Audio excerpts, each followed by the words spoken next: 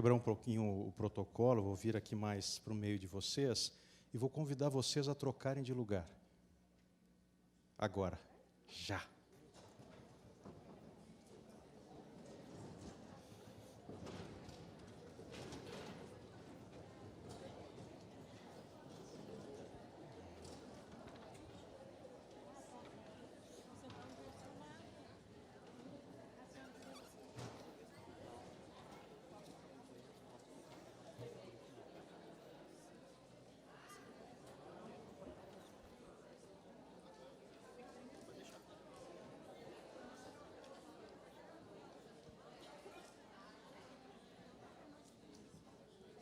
Me avisa, só vão me avisar quanto tempo faltando. Uma hora direto, deixa. Me avisa quando faltar uns 5 minutos. Tá, pode. Pronto? Prontos. Muito bem. Então eu vou falar sobre constelação familiar sistêmica. Nesse meio dos animais, eu sou médico veterinário e fiz uma formação em constelação pela UX-CELP, da professora Maria Justina. Hoje nós temos várias linhas de estudo e de formação em constelação animal. Algum constelador aqui? Ou alguns? Aqui? Ali? Muito bem. Constelador é quem faz constelação. Oi? Então, constelação familiar sistêmica é uma abordagem fenomenológica. O Bert Hellinger, que foi quem sistematizou, de uma forma mais concisa a constelação, ele fala em caminho de consciência, um instrumento para tornar visível dinâmicas ocultas dentro do nosso sistema familiar. Os sistemas de relacionamentos. E ainda se, em alguns casos, a gente consegue uma compreensão da ordem oculta do amor.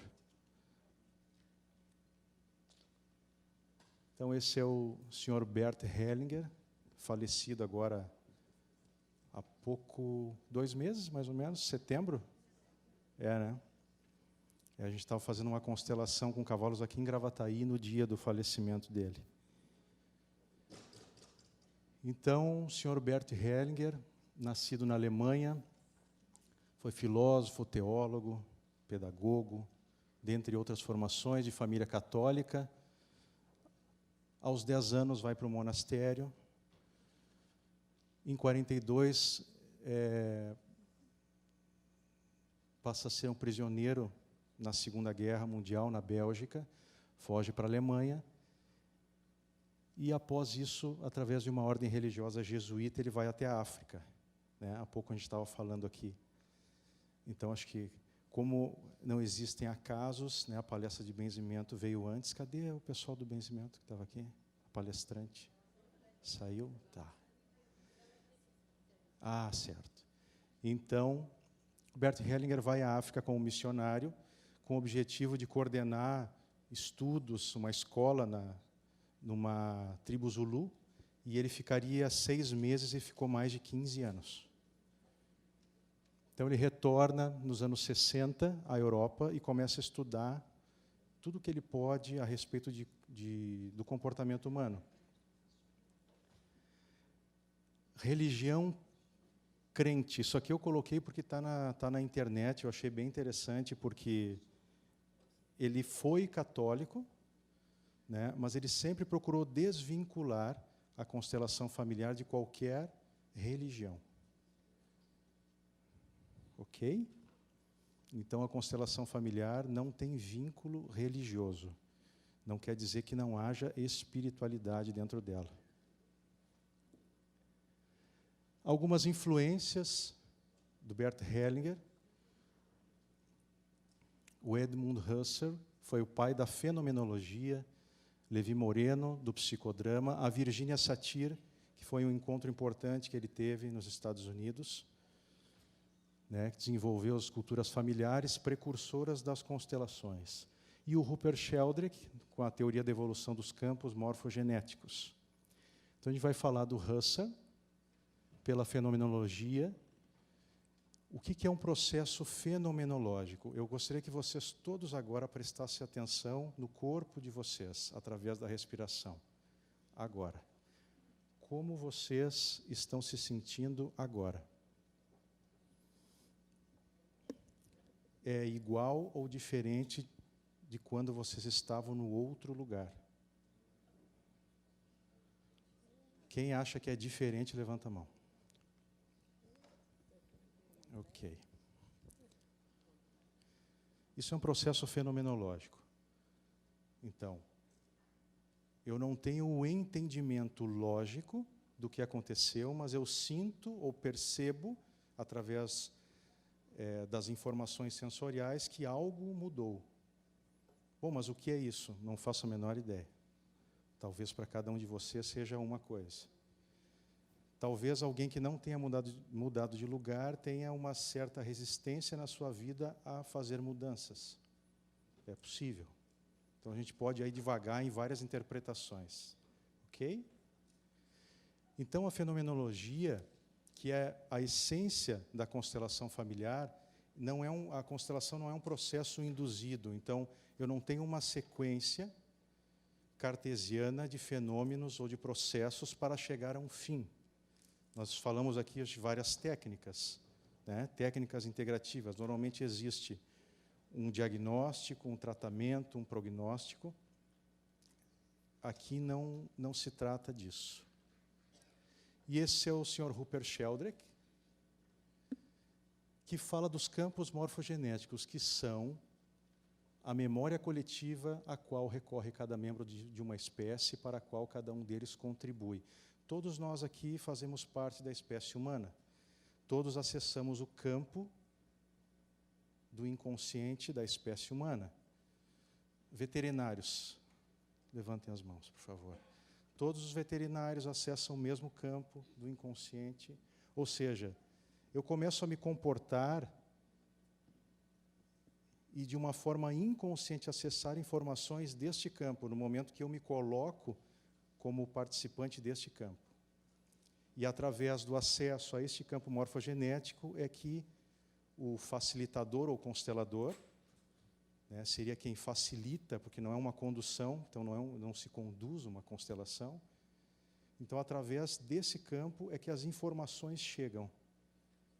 E aí a gente vai tomando um passo logo depois do outro. Então, campos mórficos e fenomenologia.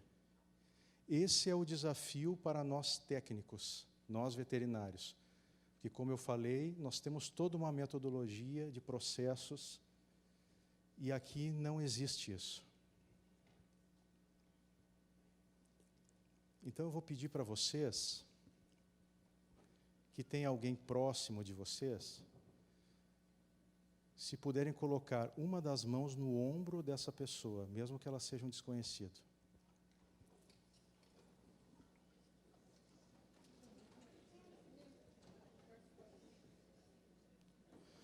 No processo de constelação, como aqui a gente está falando da constelação em animais, daqui a pouco eu vou esmiuçar melhor, os animais eles têm um papel de sinalizar algo que acontece, algo que está acontecendo no sistema familiar. Então, esse é o papel deles. Então, em diversos processos de enfermidade, mudança de comportamento, eles estão sinalizando algo que está no sistema familiar. Então, cabe a nós querermos olhar ou acharmos que aquilo é só um processo de adoecimento, né, e a vida segue. Ok, respirem profundo e podem tirar a mão.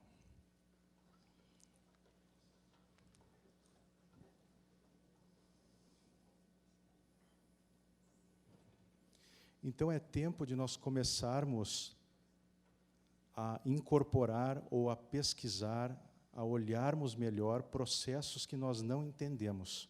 Como agora, colocar a mão no ombro, talvez de alguém conhecido ou desconhecido. Que informação sensorial eu recebi a partir disso? E como eu reajo a isso? Como eu interajo com essa informação?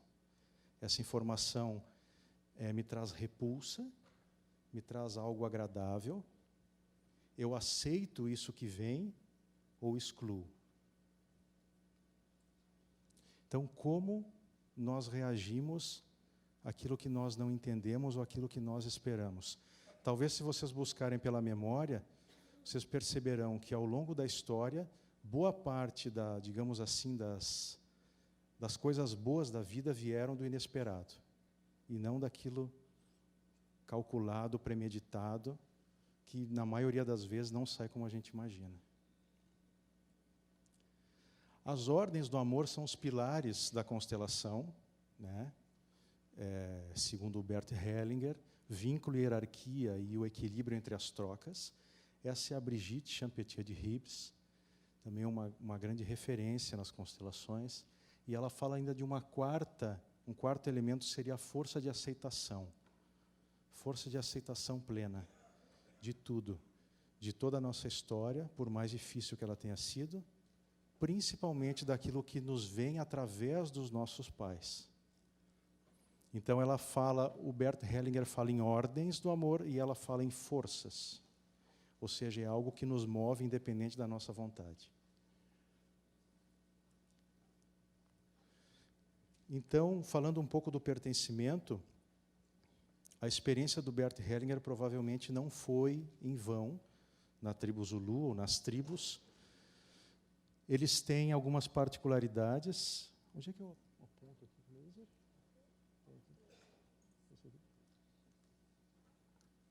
Está fraquinho. Então, lá em cima, os Zulus enterram seus mortos, após um ano são bem-vindos de regresso ao lar. E uma parte da casa deles é reservada aos antepassados, onde se encontra uma espécie de cerveja, um fermentado. Quando alguém toma uma cerveja, dá algumas gotas aos antepassados, então se joga um pouquinho. Para o santo, né? Se fala. Alguns orientais, os japoneses também, algumas filosofias, mexicanos. Então vejam como essa riqueza cultural, essa característica cultural, ela é presente em diferentes filosofias. Isso tem uma importância muito mais do que a ritualística. E o processo de silêncio e interiorização, para nós, é um desafio, para nós ocidentais. Então, como é difícil para a gente perceber o próprio corpo. Procurem agora respirar profundo e perceberem o corpo de vocês. É como um escaneamento. Está igual ou diferente da última vez que fizeram isso?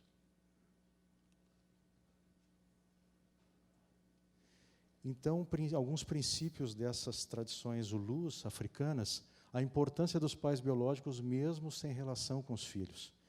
Então, no caso de uma adoção, por exemplo, em que a criança não conheceu os pais, ou casos mais extremos, como violência doméstica, incestos, os pais nunca deixam de ter importância para esses filhos, mesmo independendo da história ocorrida.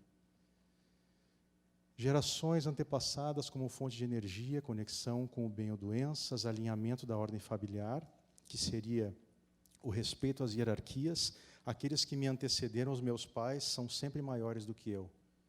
Se eu me colocar de alguma forma superior a eles, eu crio uma desordem e isso traz consequências bem sérias. Onde eu assumo um peso que não é meu, porque ao me colocar maior do que meu pai ou minha mãe, eu estou assumindo o lugar dos pais deles, assumo esse peso, portanto, é extremamente difícil para mim, e além disso eu tiro a força de meus pais. Então acaba se criando uma relação pai e filho totalmente deturpada, onde o meu pai acaba sendo dependente de mim. Ok? Importância do efeito das pessoas excluídas, assuntos familiares, sejam consciente ou inconscientemente. Toda forma de exclusão tende a crescer e se repetir. Se eu olho para algum de vocês aqui e julgo a cor da pele, da roupa, do cabelo, do jeito, da fala, qualquer coisa, se eu julgo, eu estou excluindo. E ao excluir, isso, se eu não tenho, nesse momento, um entendimento, a consciência de incluir, aceitar que isso chegue até mim, isso vai crescer e se repetir em outras situações. Pode se repetir em outros relacionamentos, filho ou até um animal, que se coloca nessa condição, ou melhor, nós muitas vezes colocamos na condição de filho, de nosso filho, e, portanto, ele assume o papel de um filho. Honra os mais velhos e o lugar dos mortos. Como foi falado, né, antes ali nas tribos Zulus, então os mortos são sempre honrados e lembrados. Após esse 1 ano, de alguma forma, mesmo que não seja por retrato, nas filosofias orientais, os japoneses colocam um retrato dos falecidos. O tema é aquele ponto fundamental para que, a partir disso, a constelação aconteça. Então, no caso de um animal, é uma doença do meu animal, é uma mudança de comportamento, mas é importante que a gente tenha um ponto de convergência para que o processo se desenrole. Por quê? Pelo primeiro item, o estado de vítima, que é um local onde muitas vezes nos colocamos e algumas vezes ao longo da vida toda. Isso acontece comigo, por que isso acontece comigo? Então, é aquela situação, assim, eu tenho uma dor no joelho. Aí eu falo para o senhor, eu tenho uma dor no joelho. O senhor me diz, e eu tenho nos 2 joelhos. Aí eu do lado diz, eu tenho no joelho e nos ombros. Então, nós nos colocamos numa condição de vitimização, e essa condição, se vocês puderem, nesse momento agora, prestarem o máximo de atenção para o que eu vou dizer, depois vocês não precisam ouvir mais nada. O estado de vitimização, nessa condição, nós não temos a mínima possibilidade de crescermos, darmos um passo à frente, nos curarmos, seja lá o que for. Por isso que o Bert Hellinger fala aqui em caminho de consciência, porque sem uma consciência além da que eu tenho agora, não é possível a cura. Não é possível desemaranhar. Eu continuo enredado naquela mesma questão. Às vezes, só mudando um pouco a forma disso. Só para diferenciar da psicoterapia, né, a constelação, é bom colocar, que entrou para as terapias oferecidas pelo SUS em 2018. Então, as questões psicológicas são tratadas com terapias convencionais, psicoterápicas, psicologia, né, ou ainda psiquiatria, dependendo com medicação. E as sistêmicas são resistentes às terapias convencionais. Essa é a questão. Ok? Como é que a gente sabe disso? Porque as sistêmicas, normalmente nós já tentamos vários processos, anos de terapia, de medicação, sem um progresso visível. Tá? Claro que muitas vezes isso acaba sendo misturado, a gente, né, busca as 2 linhas de trabalho. Então, ela permite acessar algo que está presente no sistema e que normalmente não é compreendido ou percebido. É um trabalho que se ocupa dos emaranhamentos sistêmicos. Foi o que eu falei. Eu posso, num processo agora de saúde, estar trazendo de uma forma amorosa, embora infantil, alguma questão de algum antepassado meu, onde eu me coloco amorosamente dizendo assim, eu por você. E dessa forma, eu perpetuo aquela mesma questão.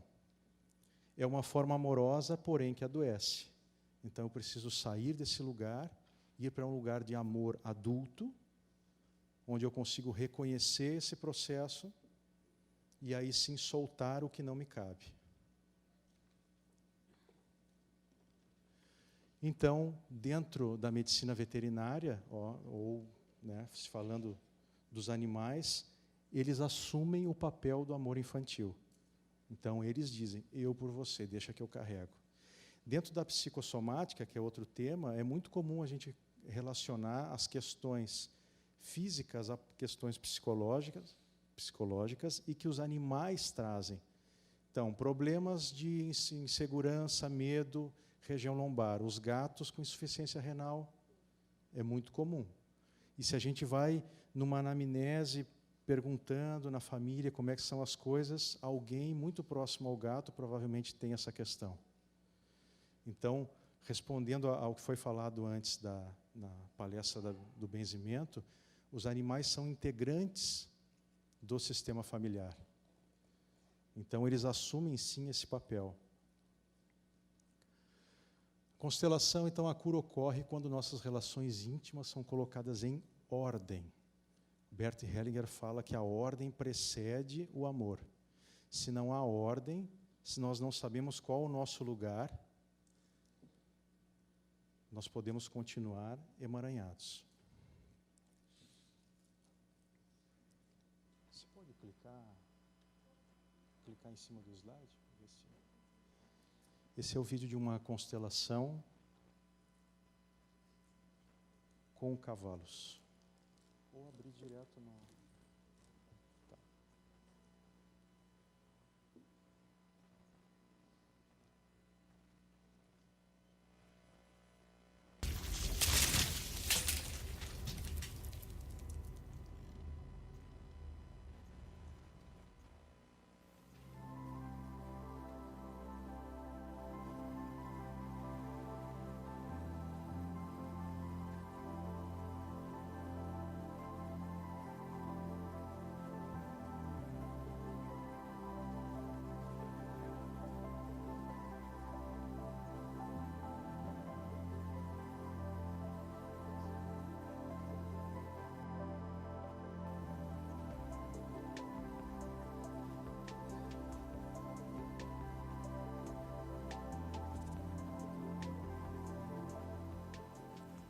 Está sem o áudio de fala desse vídeo, mas ali vocês podem observar o comportamento dos cavalos dentro de um campo de constelação. Deixar passar um pouquinho, que em seguida vai aparecer o momento que um cavalo vem em frente de um casal e urina bem perto deles. Só que é uma pista de 40 metros de diâmetro. Então ele poderia fazer isso em qualquer outro lugar. O que aqui a gente busca perceber é o que de diferente esses animais estão demonstrando, diferente de como seriam cavalos dentro de uma manada. Né?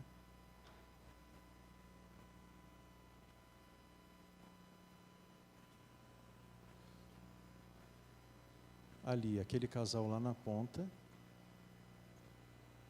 Ó, o cavalo já está cheirando.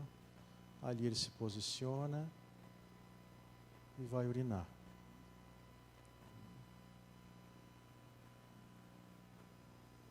E a égua expulsa ele de lá, cheira a urina e faz um movimento lá com a boca de um garanhão. Uma égua fazendo o movimento de um macho.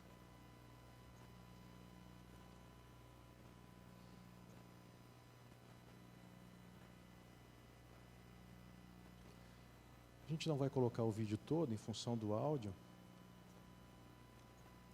Ali, pode deixar um pouquinho. Ó, então ela deita e começa a se coçar no chão. O que eles estão fazendo? Eles estão trazendo as informações daquele campo morfogenético dos seres humanos que estão presentes ali.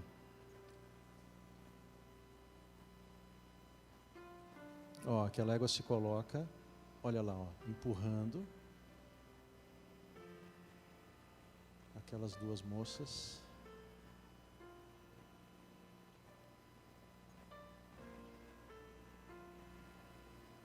Tudo isso é sentido pelas pessoas, é diferente do nosso conhecimento intelectual. Se a gente tentar processar isso com a mente, a gente não vai conseguir. Ó, e aí uma outra égua se coloca no meio e ela sai. Aí depois eu pergunto para aquelas pessoas ali como elas estão, e elas dizem: eu estou desconfortável. E então eu pego uma cadeira e uso como um recurso. Ok. Só para vocês verem um pouco de como funciona um grupo com animais. Né? Então, isso poderia ser um grupo com cães. Eu sei que, se não me engano, na Índia já tem grupos com elefantes. Então, os animais eles têm essa percepção muito aguçada, né, do que a gente chama de campo morfogenético.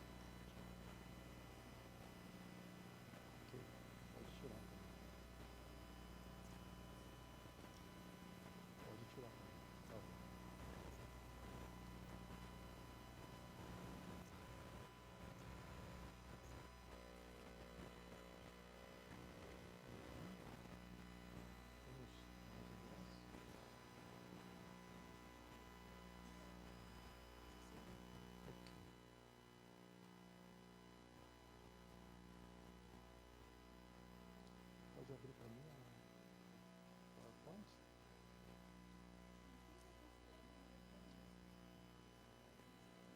Ali tinha um grupo de 15 pessoas. Então, na verdade, sempre que há um encontro de constelação, todas as pessoas presentes têm relação entre si. Todos os seus sistemas têm relação. Não tinha uma pessoa... Às vezes, sim, alguém traz um tema e é constelado, né? Ou, em algumas situações como essa, um grupo é constelado. Então, as particularidades dos animais no campo, eles sinalizam, né, o que tem que ser olhado. E isso nos traz um novo momento de entendimento dessas relações. São só animais?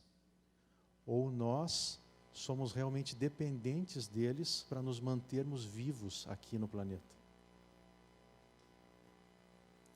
Há uma comunicadora, Penelope Smith, uma norte-americana, que trabalha muito com xamanismo, e essa constelação tem a sua parte xamânica, que ela normalmente vai para o oceano, um barco, e as baleias a encontram e a convidam para rezar pelo planeta. Dizem que os cetáceos têm um papel importante na manutenção do magnetismo do planeta. Os cetáceos, isso.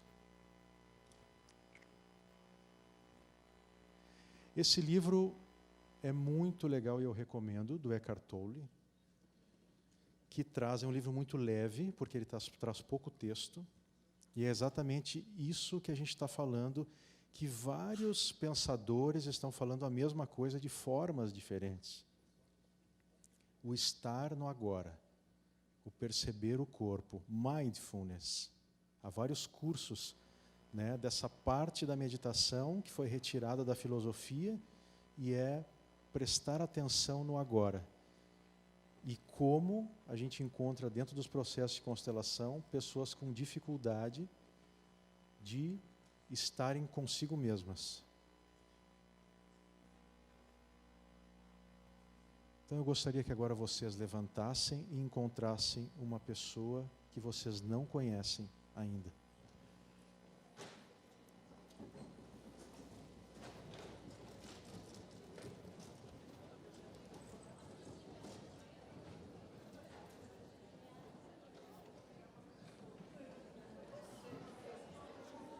Em silêncio, em silêncio, em silêncio absoluto, sem falar, sem abraçar. Apenas fiquem de frente para essa pessoa, numa distância confortável, sem interagir com a fala, pois é uma ótima fuga do ser humano, é falar.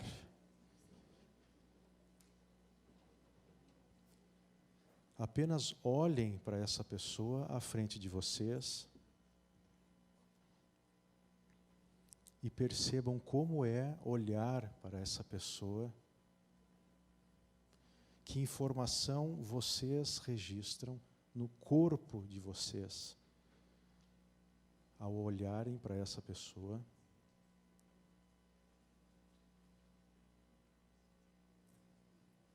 Respirem.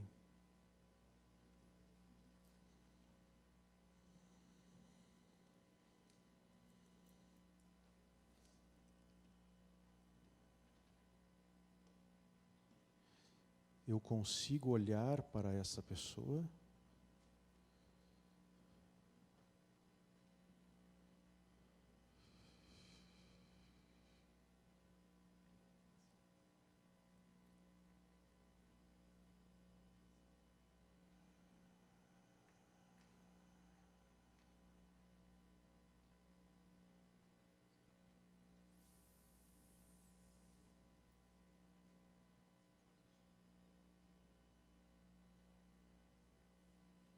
Respirem profundo.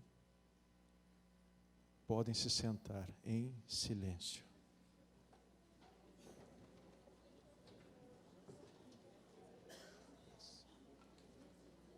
Vou terminar antes, eu já emendo a outra. Tá. E aí, difícil? O que nós temos um entendimento muito claro de como funcionamos socialmente, como eu agora palestrante, né? E vocês aí. Então eu tenho que criar toda uma casca, toda uma armadura que me protege e me distancia. Como é eu olhar para alguém? O que essa pessoa me traz? Se o que o deputado Cherini falou antes é verdade, que ao fazer mal ao outro eu faço para mim mesmo, então o que esse outro traz de mim? Eu não consigo olhar. Eu comecei a observar vocês, alguns olhavam para cima, outros para o lado, outros para baixo, alguns me olhavam. Talvez eu fosse mais bonito que a pessoa à frente. Como é difícil, porque se eu olhar alguém nos olhos, ou eu estou intimando, porque isso é uma informação muito antiga, como espécie.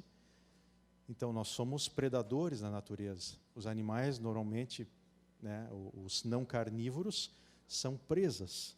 Então, os olhos deles são, normalmente, nas laterais, os nossos são para frente. Então, ao olhar alguém assim, ou estou desafiando, ou estou com algum interesse. Não é? E isso dá vergonha. Só que isso é o nosso pensamento racional. O que inconscientemente essa pessoa me traz? Se ela me traz algo agradável, que parte minha ou do meu sistema ela traz. E se é algo repulsivo, e pela nossa cabeça, claro que a gente não fala, que a gente não é bobo, mas pode aparecer nojo, ódio, asco.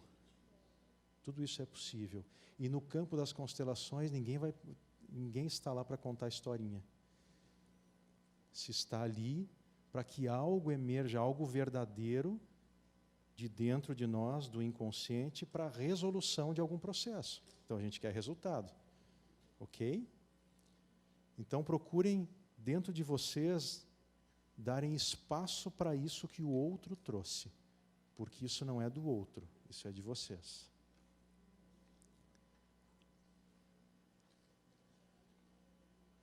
Vejam agora como é fecharem os olhos por um momento e pensarem na imagem desta pessoa que vocês olharam agora há pouco. Respirem.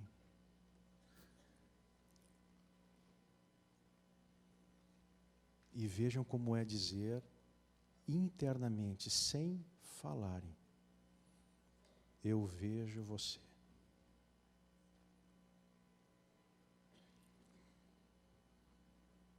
Respirem profundo, podem abrir os olhos. Essa é uma das falas utilizadas dentro da constelação, e ao dizermos para outra pessoa, eu vejo você, isso foi retratado nesse filme, Avatar, é um filme muito bonito, muito simbólico. Ao dizermos, eu vejo você, de dentro, não da boca para fora, eu digo, sim a tudo que você me traz, sem julgamentos.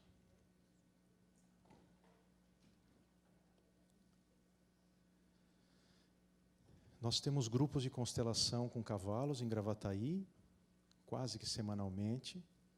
Então, qualquer interesse que vocês tenham, podem anotar meu contato, qualquer dúvida, porque hoje, em função do tempo, a gente não vai conseguir abrir para perguntas.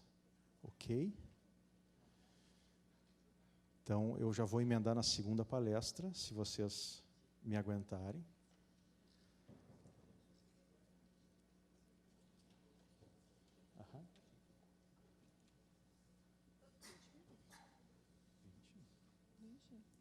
Que ampliou essa aí a tua passou mais. A tua passou 10 minutos. Passou 10? Não precisava, que foi muito boa, viu? Ok. Eu vou ter que ser mais objetivo nessa. Estou substituindo o meu colega Eduardo Gayer, falando de quiropraxia na reabilitação e bem-estar animal.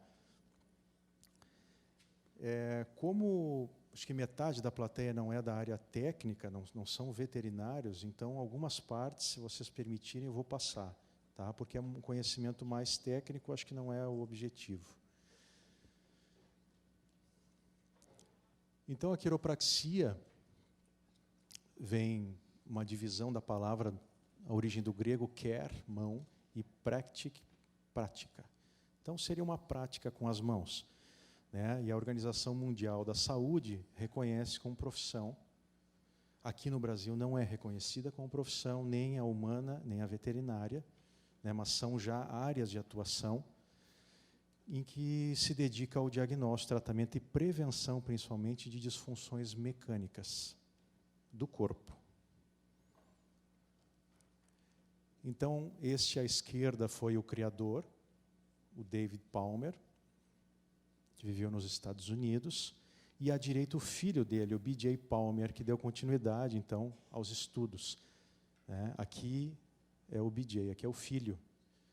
No estudo aqui do esqueleto, né, da coluna vertebral, com um maior foco na coluna, e à direita ali fazendo um ajuste de atlas da primeira vértebra cervical. Essa é a doutora Emanuele van den Driesch. Ela é belga e tem essa academia na Espanha, e foi essa academia que veio ao Brasil e formou a mim, né, e alguns outros veterinários, para o Dr. Eduardo também. Aqui nós temos 2 atletas de ponta, né? Um corredor e o outro surfista. Então a exigência física desses indivíduos é altíssima, algo bem longe, talvez, da realidade da maioria aqui. Esse aqui é o Rodrigo Pessoa, um cavaleiro brasileiro, né, mas já mora na Europa, sempre morou na Europa, na verdade, e também tem um nível técnico muito grande. O que nós muitas vezes consideramos é exatamente esse que está embaixo dele. Então, os atletas humanos, sim, têm todo um time de profissionais cuidando da reabilitação e da saúde, e nós, técnicos da área animal, trabalhamos nesse sentido também. O movimento, não sei se vocês já fizeram isso, de chegarem na praia alguma vez e apenas olharem o movimento das ondas. Isso já é uma terapia fantástica. E como o movimento ele é necessário para a vida. A gente costuma dizer que quando o movimento cessa, a vida, né, se esvai. Então, em função de algumas necessidades impostas por nós, né, como uma alimentação artificial, a retirada desse animal, né, do cavalo do seu ambiente, ele é feito, o corpo é feito por milhares de anos para passar mais de 20 horas nessa posição, de cabeça baixa, comendo pequenas quantidades de pasto, e nós normalmente retiramos um animal desse para esporte ou lazer, colocamos num cubículo, onde ele fica lá o dia inteiro, sai às vezes 1 hora, se sair, recebe 3 refeições, o que um humano recebe. Então vejam o nível de estresse e de problemas em função dessa diferença de manejo, né? E ali um cão comendo a sua ração gostosinha.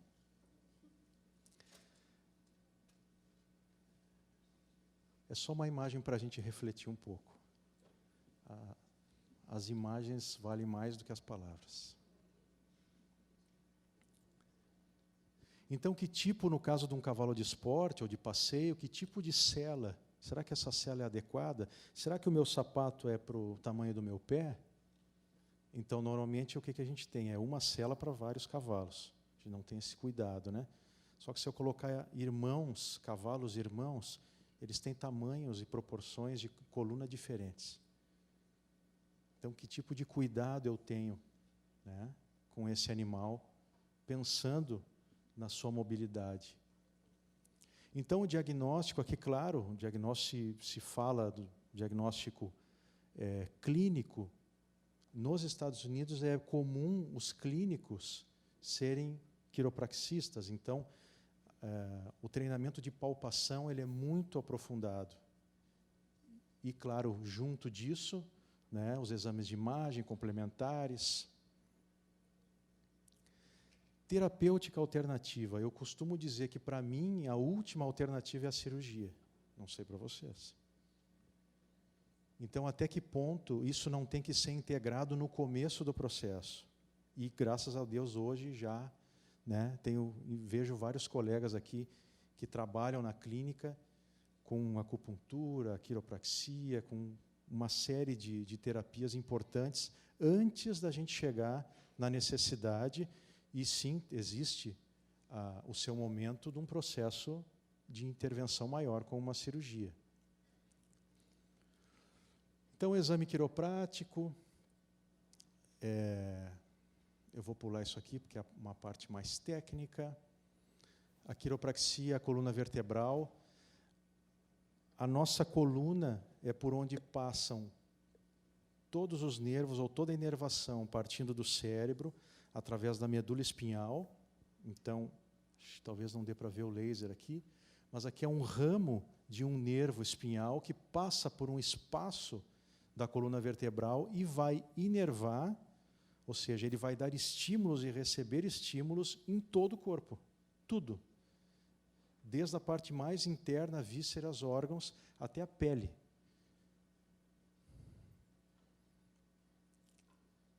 Então, por exemplo, normalmente os dachshunds, os cachorros linguicinhas, né, de coluna comprida, são mais propensos a problemas de coluna. Então, aqui é uma parte técnica. O que normalmente me diz que ali precisa de uma intervenção quiroprática? Falta de mobilidade, basicamente. Então, se eu não tenho mobilidade numa articulação, isso já é passível de ajuste, claro, considerando vários fatores envolvendo isso. Então, se fala na disfunção articular, e esse é o ponto da prevenção, que nós brasileiros temos grande dificuldade de pensarmos nisso, porque a gente só busca um profissional quando a gente já tem algum processo avançado, né? E por isso que isso é muito difundido, principalmente na Europa e Estados Unidos, porque a pessoa vai com regularidade no seu quiroprata. Então, traumas, alterações de postura, alimentação, estresse, muito tempo sentado no trabalho, tudo isso predispõe a problemas articulares. Então, o ajuste quiroprático, ele é um movimento extremamente técnico, ele não deve ser tentado por leigos. Ok? Então, vejam ali a descrição, é um movimento direcionado, mínima amplitude, alta velocidade, pontos ósseos específicos, posição correta. E, a partir disso, há um desbloqueio. Então, se facilita a reorganização dos tecidos e sistemas. Os sintomas, como eu falei, qualquer questão articular ou óssea, alteração de postura, no caso dos animais de esporte, perda da performance, dor, atrofia muscular. E lá em cima, a prevenção. Subclínico, o que é subclínica? Que não aparece, eu não noto. Eu estou me movimentando normalmente, mas eu sei que a minha coluna, o meu quadril direito, ele é mais para cima. E o meu... Alguém consegue perceber que o meu ombro esquerdo é mais para cima? Essa é a minha postura normal. Então, isso já é passível de ajuste. A cada 20 dias, 30 dias, eu vou no quiroprata, recebo ajuste, melhora a postura, segue a vida. A coluna volta a se adaptar ao corpo, volta esse mesmo padrão. Isso tem a ver com o quê? Genética, formação na barriga da mãe, a minha nutrição, que é bem boa, em carboidratos. Tudo isso influencia. Ok? Então, na verdade, basta termos... Alguém aqui não tem coluna vertebral? Basta ter coluna vertebral para ter disfunção articular. Ok? Isto não é quiropraxia? Vocês conseguem ver a cabeça do cavalo torcida aqui? Isso é feito por leigos. Tá? Tem um rapaz em São Paulo que faz o que ele chama de quiropraxia, ele nem veterinário é. Então, por isso, assim, questões de alta complexidade que precisam de um treinamento técnico, pressupõem um treinamento técnico. Esta é uma égua em Avaré, no interior de São Paulo, uma égua de corrida, de 3 tambores. E ela é extremamente tensa e não permitia muito contato, né? Eu levei alguns minutos para chegar nesse ponto. Opa! Aqui eu estou com a mão no Atlas, estou fazendo uma tração na primeira cervical, na nuca dessa égua, que já era um ponto de disfunção importante. Então vejam como o toque, a manipulação, ela pode ser muito suave e bem aceita pelo animal. Indicações, como eu falei para vocês, todos deveriam experimentar isso, né, e claro, conforme as suas necessidades, fazerem uso disso. É um caminho importante que está sendo criado aqui no Brasil. Okay. Então, aproveito até aqui para um pouquinho, agradeço ao deputado Cherini e a todos aqueles que se dispõem a pensar um pouco diferente, sem excluir aquilo que nós já temos, mas, né, pelo contrário, agregando. Então, como é importante a gente começar a tomar conhecimento e, principalmente, buscar a fundamentação disso. Uma frase do Steve Jobs: a inovação geralmente é resultado de conexões entre experiências pessoais. Se você tiver as mesmas experiências que todas as outras pessoas, é improvável que você consiga olhar em outra direção. Cada um de vocês aqui teve uma experiência ao olharem para outra pessoa. E é nisso que está a riqueza da vida. Então nós passamos a olhar para este animal, como o Ricardo Garé, que eu cheguei já no final da palestra dele, mas eu o conheço, ele não fala animal, ele fala em... Vocês lembram como ele tratou ali? Animal não humano. Porque se alguém aqui acha que não é um animal, nós temos todo o funcionamento animal em nós. Nós temos só uma pequena parte chamada neocórtex, que dá uma modulada um pouco disso. Mas a gente continua, apesar do neocórtex se matando, machucando, sem motivo, né? Então, o quanto esses animais não humanos têm para nos ensinar nesse convívio. Aquela questão que eu falei a respeito do adoecimento, é muito comum se verificar o animal com a mesma questão do dono. Então, a gente vai verificar lá, tem um problema na cervical, uma disfunção, já uma lesão. O dono diz, eu tenho a minha cervical, já tenho hérnia de discos. Então, esse também é um papel que o animal nos traz. Eu trouxe essa tabela das frequências das emoções, só para a gente ter uma ideia do que, em qualquer forma de interação, eu como técnico, como veterinário, como que eu recebo um animal? Uma vez aconteceu no curso de quiropraxia, uma colega, eu tenho 2 cadelinhas em casa, eu levei uma delas para que ela servisse, né, de parceira no curso. E essa minha colega, 8 da manhã, ela recebe a cadela com um grito e os braços abertos. A cadela não deixou ninguém tocar nela mais, né, por essa atitude. Então, como que eu consigo interagir com alguém e perceber em que estado de frequência eu estou, se eu não consigo olhar para mim? Então, por isso, essa necessidade do silêncio, da interiorização, para a gente perceber. Quando alguém fala conosco, normalmente nós estamos pensando já na resposta que a gente vai dar em seguida. Certo? Então, se alguém fala comigo, eu respiro, escuto, escaneio no meu corpo, eu senti um calor aqui, senti um frio ali.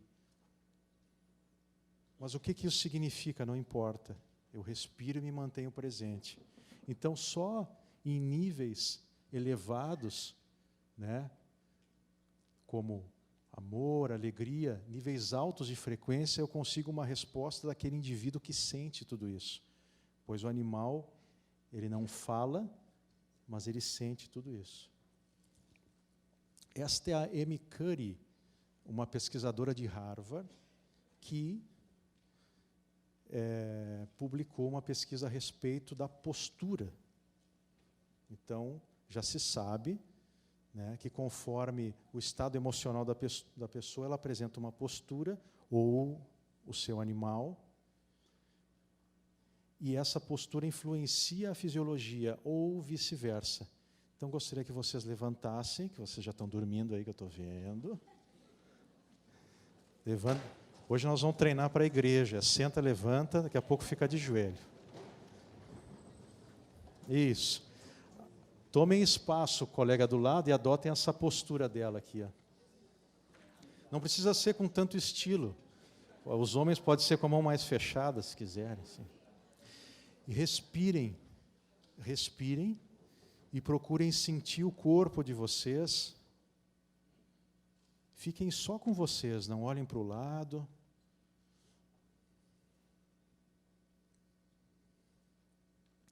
Então ela fala que mais ou menos 1 minuto nessa postura, normalmente ela recomenda para quem vai fazer entrevista de emprego, que a pessoa já chega assim, né? Eu não sei se eu vou conseguir, porque também tem muita gente qualificada, eu não sou qualificado. Então ela diz assim, vai no banheiro, que ninguém vai olhar, porque a pessoa parar assim também na frente do entrevistador não é legal, né? Vai no banheiro e fica... Não, isso é real, isso a gente está falando de fisiologia. Eu vou colocar de novo, só para a gente ver a qualificação dessa moça. Academia de Negócios de Harvard. Então, 1 minuto, 1 minuto e pouco nessa postura, toda a nossa fisiologia já muda. O nível de cortisol, que é o hormônio do estresse, cai. E a testosterona, que as mulheres têm também, se eleva. Que é um hormônio que nos dá segurança e nos coloca prontos. Respirem, podem sentar.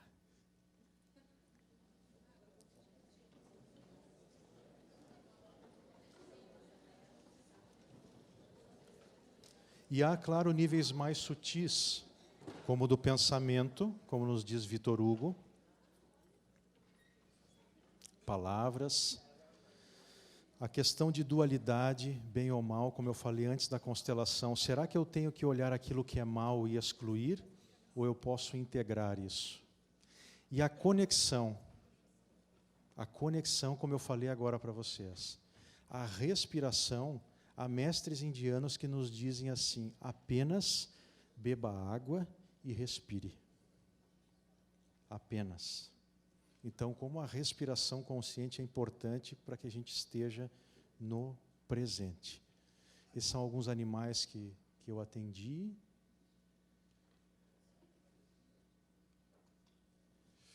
Tudo aquilo que o homem ignora não existe para ele, por isso o universo de cada um se resume ao tamanho do seu saber, segundo Einstein.